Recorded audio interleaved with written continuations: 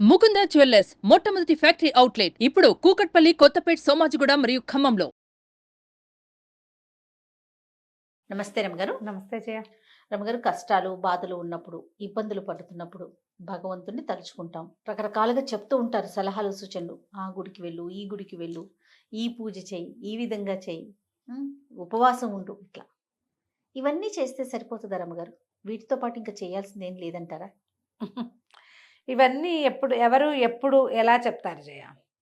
ఏ మార్గము లేదు, ఏం చెయ్యాలో తెలియట్లేదు, పిల్లాడికి ఉద్యోగం రాలేదు, వాడికి చదువు రావట్లేదు, లేకపోతే మా డబ్బులన్నీ పోతున్నాయి, మాకేదో అవుతుంది, మీ ఇంట్లో ఉండబుద్ధి కావటం లేదు, ఇంట్లో ఏదో నెగిటివ్ షేడ్స్ ఉన్నట్టు తెలుస్తుంది, ఇలా గోడు వెళ్ళబోసుకున్నప్పుడు జనరల్గా ఎవరైనా పిల్లాడికి ఉద్యోగం రావట్లేదు 4 ప్రయత్నాలు చేశాకేగా రావట్లేదని చెప్తారు, అంతేనా? ఏదైనా వేరే సలహా చెప్తారనే అడుగుతారు. అట్లాంటప్పుడు ఏం చెప్తాం మనం? మానవుల వల్ల కానివి మానవ ప్రయత్నంతో కాకుండా ఉంటే కనుక దైవ సహాయం తీసుకో. ఈ దైవ సహాయం తీసుకోవడానికి మనకి వివిధ రకాలైన మార్గాలు ఉన్నాయి. మనకు 5 మతాలు కనపడతాయి దైవ అనుసరణ మార్గాలు. శాక్తేయము, శైవము, వైష్ణవము, శాక్తేయము, సౌరము, గాణాపత్యము, 5 రకాలు. ఈ 5 రకాల దైవారాధనల్లోనూ మనకి ఫలితం లభించవచ్చు. బేసిక్ రూల్, నీ వల్ల కాకపోతే నువ్వేం చేస్తావు? నీ వల్ల కాల, ఏదో ఎత్తలేపోయావు, దారిపోయే సాయి కొంచెం ఎత్తరనైనా అంటే ఒక్కడొస్తాడు. సాయి నువ్వు ఇంకా 5-6 అయినా కూడా లేవలేకపోయారు, దేవుడా అంటావు. ఆ టైంకి దేవుడు కాదు, మనమే కదుపుతాం. దైవనామస్మరణ తర్వాత కదిలిందని మనకి తెలుస్తుంది. అంటే ఈ శక్తిని మించింది ఒక అతీతమైనది ఒకటి ఉన్నది అని మనకి ఫీల్ అవుతాం. ఎందుకంటే 2 గంటల నుంచి మనం 6 కలిసి లాగుతున్నాం ఆ వస్తువుని, 6 కలిసి నడుపుతున్నాం ఒక కథని.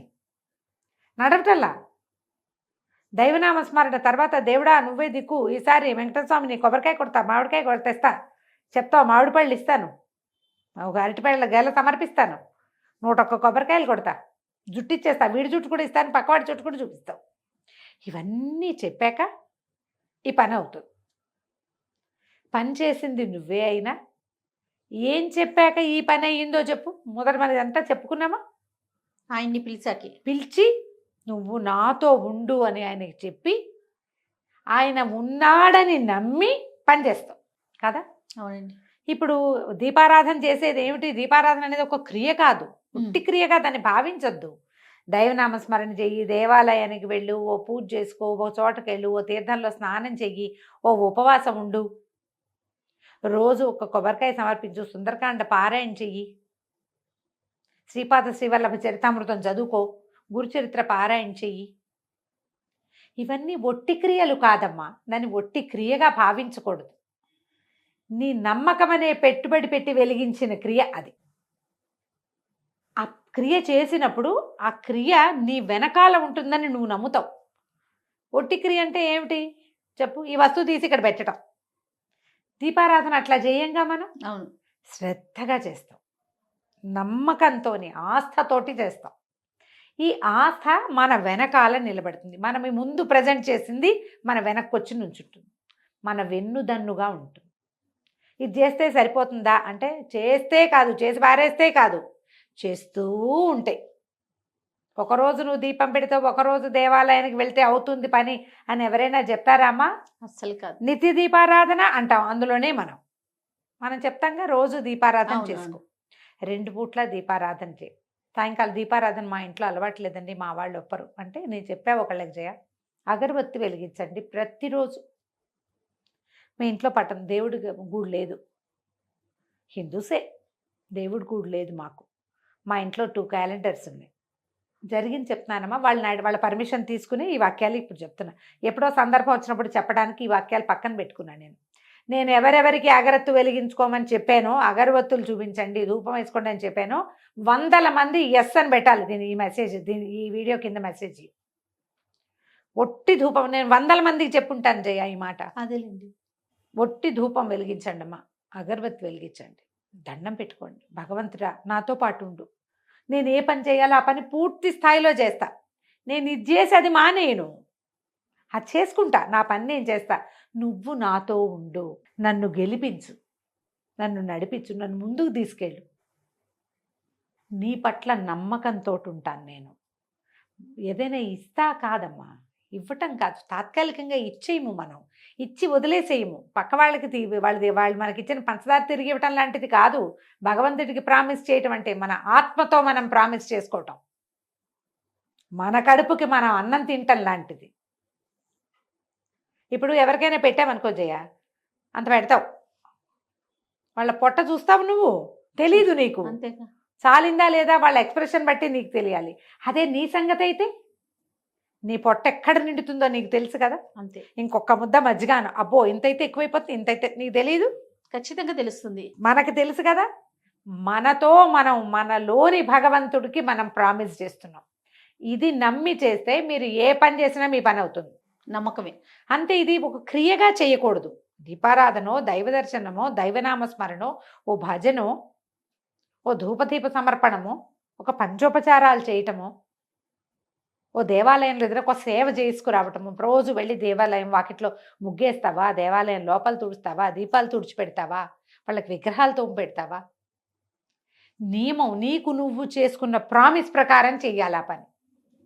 ప్రామిస్ అంటే ఏంటమ్మా, నిలబెట్టుకునేది కాదు. అంతేగా. ఊరికే చేసి మానేసేదా కాదుగా. ఇలా చేస్తే మీరు ఇంకేం చేయక్కర్లా, మీరు ఏ పని చేస్తున్నారో ఆ పని చేసుకోండి. మీరు ఒక ప్రామిస్ తీసుకుంటే దాని మీద నిలబడి ఉండండి. అది మీతో నిలబడుతుంది, మీ వెనకాల నిలబడుతుంది, మిమ్మల్ని నడిపించడానికి అది పరిగెత్తిస్తుంది. అంతే. ఇలా చేస్తే ఏదైనా అవుతుంది, సక్సెస్ అవుతారు, ముందుకెళ్తారు. సక్సెస్ అవ్వటానికి సరిపడా మార్గము, సక్సెస్ చేయటానికి సరిపడా మనిషో మీకు కనపడతాడు.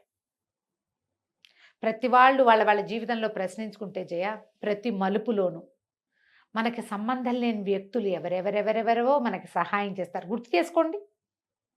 అవును కదా.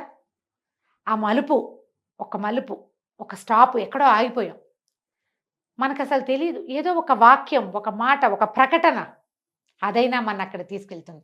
ఈ ప్రకటనో, ఈ వాక్యమో, ఈ మనిషో ఎవడు, నువ్వు భగవంతుడి పట్ల పెట్టుకున్న నమ్మకం ఆ రూపంలో వస్తుంది. ఇప్పుడు మనంతట మనం పుట్టలేదు, మనంతట మనం పెరగలేదు, మనంతట మనం చావము. ఇదంతా నడిపేవాడు ఒకడు ఉన్నాడన్న నీ నమ్మకమే మనల్ని నడిపిస్తుంది. ఆ నమ్మకానికి నువ్వు ఇచ్చేదే నువ్వు చేసే దీపారాధనో, దైవారాధనో, పూజో, పునస్కారమో, తీర్థయాత్రో, ఏదైనా తీర్థాటన చేయటమో, ఇవన్నీ కూడా దానికి నువ్విచ్చే బహుమతులు. అంతే. దాంతో ఏమవుతుంది, నీ నమ్మకాన్ని బూస్టప్ చేసుకుంటావు. నువ్వు ప్రతి వాకిట్లో నువ్వు ముగ్గేస్తారు జయ, ఏదో 2 గీతలు గీస్తావు. నువ్వు ఇంకొంచెం ఇంకా కాస్త బాగా పెద్ద ముగ్గు, వాకిలంతా చక్కగా తుడిచి బాగా శుభ్రంగా చేసి దాన్ని ఇంకా తెల్లటి ముగ్గు తెచ్చి ఇంకొంచెం పెద్ద ముగ్గే, కళ ఎట్లా పెరుగుతుందమ్మా. అవును. నిన్న సాయంత్రం పెన్సిల్ నువ్వు చాక్ పీస్ తోటి 2 గీతలకి ఇవాళ పిండి ముగ్గుతోటి ఇంత పెద్ద తెస్తే లుక్ మారిపోదు, అద్భుతంగా ఉంటుంది. ఎట్లా మారుతుంది. అలాగే నీ నమ్మకానికి ప్రతి చిన్న చిన్న ఎడిషన్స్ చేయండి. మన నమ్మకానికి మీరు చేసిన ఎడిషనే మీ తాలూకు ఫ్లరిష్మెంట్ని చూపిస్తుంది. మీరు ఎట్లా ఫ్లరిష్ అవుతారో చూపిస్తుంది. ఇదంతా నాదనుకోకూడదు. మీరు మనం ఎక్కడ ఆగిపోతాము, రేపొద్దున ఆగేది ఎక్కడ ఆగుతాము. అంతా నేనే పగలు తీశాను అనుకుంటే ఆగిపోవటమే. నేనే చేశా ఇదంతా నాది కాదు.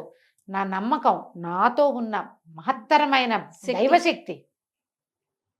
నేను ఎంత నమ్మాను భగవంతుడిని, అది నన్ను గెలిపించింది, అది నన్ను ముందుకు తీసుకెళ్ళింది. అది మీరు పబ్లిక్లో చెప్పుకోకర్లా, మీ లోపల తెలిసినా సంతోషం చాలు. అందుకని ఒకవేళ మీకు ఏదైనా సమస్య ఉంటే, ఏదైనా ఒక బోధ ఉన్నప్పుడు, వాళ్ళు పెట్టారు దీపాలు, వాళ్ళు రోజు పెడతారు, అయినా వాళ్ళకి ప్రాబ్లమ్స్ ఉన్నాయి అనుకోవద్దు. వాళ్ళది వాళ్ళదే, మీది మీదే. అందరూ అన్నమే తింటారు. ఒక్కొక్కళ్ళు ఆవకాయ కలుపుకుంటాడు, ఇంకోటి మాగాయ కలుపుకుంటాడు. అవునా కాదు? అంతే కదండి. అందరిది పొట్టే, అందరి శరీర నిర్మాణం ఒకటే రకంగా ఉంటుంది. ప్రతివాడికి పొట్ట బెడకి నువ్వు కింద భాగానికి మధ్యలోనే ఉంటుంది, సహజం కదా. అవును. కానీ దానికి ఇచ్చేది, అది రియాక్ట్ అయ్యేది, అంత సిస్టమ్స్ ఏమీ కదా జయ మనకు ఉండేది. కానీ రియాక్షన్స్ వేరు కదండి, వేరు ఉన్నాయి కదా. ఇది అట్లా ఆలోచిస్తే కనుక మీరు ఏం చేయాలి అనే బోధని ఫాలో అయ్యి తెలుసుకోండి. మళ్ళీ ఇందులో కూడా నీకేదో బోధ ఉంది, నేను బోధే ఫాలో అవుతాను, చేయాల్సినవన్నీ మానేస్తానంటే కుదరదు. గాల్లో దీపం పెట్టద్దు. అంతేగా రమ్మగారు. నీ సొంత పని, నీ పని నువ్వు ఏ ప్రయత్నం మొదలు పెట్టావో ఆ ప్రయత్నం వరకు ప్రయత్నిస్తూ దైవ సహాయం తీసుకో. ఆ, అది మానేసి ఇది చేస్తాను అనకూడదు. ఒక్కొక్కళ్ళని చూస్తాం మనం.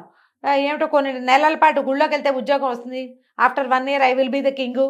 ఇలాంటివి ఉంటాయి. అలా కుదరవు, అట్లా కుదరదు, అట్లా నడవదు. ఏదో సినిమాల్లో నడుస్తాయి, మామూలు జీవితాల్లో అట్లా నడవు. నీ ప్రయత్నం నువ్వు చేస్తూ ప్రయత్నశీలుడుగా ఉంటూనే ఆస్థని కలిగి ఉండాలి. ఉమ్, నీ ప్రయత్నానికి ఇంకొంచెం బలం వస్తుంది నీ నమ్మకం వల్ల, నువ్వు చేసే క్రియ వల్ల, దైవారాధన వల్ల. ఉమ్, ప్రయత్నం చేయకుండా ఒట్టిగా దీపం పెడితే వచ్చేస్తుందని నమ్మకండి, అలాంటి ఉండదు. అదేదో కట్టుకుంటే తాయెత్తు కడితే ఏదో వచ్చేస్తుంది, ఆ, తాబీజ్ మహిమ అని చెప్పుకునేవాళ్ళ, ఓ జోక్ అది అవును కదా. అవును. అట్లా జరగదు. జరిగిన దాన్ని నమ్మకండి మీరు. మన కష్టమే. మనల్ని మనం నమ్ముకుంటే, ఇప్పుడు మనల్ని మనం నమ్ముకోవటం అంటే జయ బాగా ఆలోచిస్తే, ఇప్పుడు మనమైనా భగవంతుని యొక్క ప్రతిరూపాలం మనం, అంతే కదా. అవునా? అవునండి. ఇప్పుడు మనలో ఉన్న భగవంతుణ్ణి నువ్వు మరింతగా పనిచేయడానికి ప్రేరేపించు. ఆ, మనకి మన చుట్టూతా ఉన్న భగవంతుడిని నాకు సహాయం చేయమని అడుగు. ఆ ప్రేరేపణ ఉండాలి, ఈ అడగటము ఉండాలి. అడగటము ఉండాలి. ఈ రెండు కలిసి నడిస్తే సక్సెస్ వస్తుంది, ఏది మొదలు పెడితే అందులో. అంతే. ఇప్పుడు పైగా ఈ జనన మరణ చక్రం లాగానే మన జీవితం కూడా ఒక చక్రం.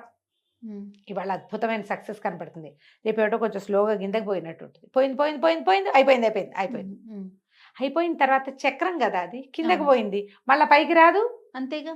గ్యారంటీగా వస్తుంది కదా, 100% వస్తుంది. వెనక్కి తిరిగి వస్తుంది. అవును. ఆ వెనక్కి తిరిగి వచ్చేటప్పుడు మీరు నమ్మకాన్ని పోగొట్టుకోకుండా ఆ భగవంతుణ్ణి పట్టుకుని ఉండండి. మేము చేయాల్సింది చేసాం, ఇక నీ సహాయం కావాలి. ఎస్. ఇది చాలా మందితో ప్రాబ్లం ఏంటంటే, ఏదైనా ప్రాబ్లం రాగానే ముందు మానేసేది దైవారాధన మానేస్తారు, దైవాన్ని మార్చేస్తారు. కరెక్ట్ అండి. దైవాన్ని మార్చొద్దు, ఆరాధన మానద్దు.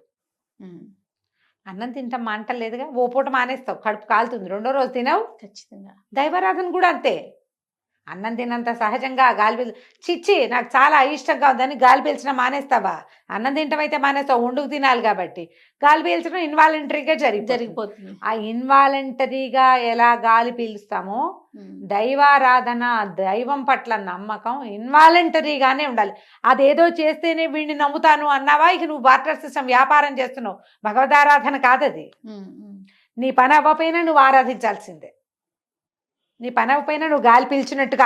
అంతే. అర్థమవుతుంది కదా పాయింట్. అవునవునండి. అంత సహజంగా ఉండాలమ్మా. నువ్వు అంత సహజంగా గనక దైవారాధన చేస్తే మీకు ఏది రావాలో అది వస్తుంది. ఖచ్చితంగా. వాతావరణం మారంగానే జలుబు చేస్తుంది, ఎక్కడైనా మంచి గాలిలోకి వెళ్ళగానే ఆ సువాసన మీ మన లోపలికి గాలి పీల్చి ప్రత్యేకంగా పీల్చి వాసన పీల్చక్కర్లా, మీరు ఆటోమేటిక్గా తెలిసిపోతుంది. ఉమ్, అంతే సహజంగా మీ మంచి రోజులు రప్పిస్తుంది అది. రైట్. పని మాత్రం మానద్దు. రైట్ రమ్మ గారు. నమస్తే. నమస్తే జయ.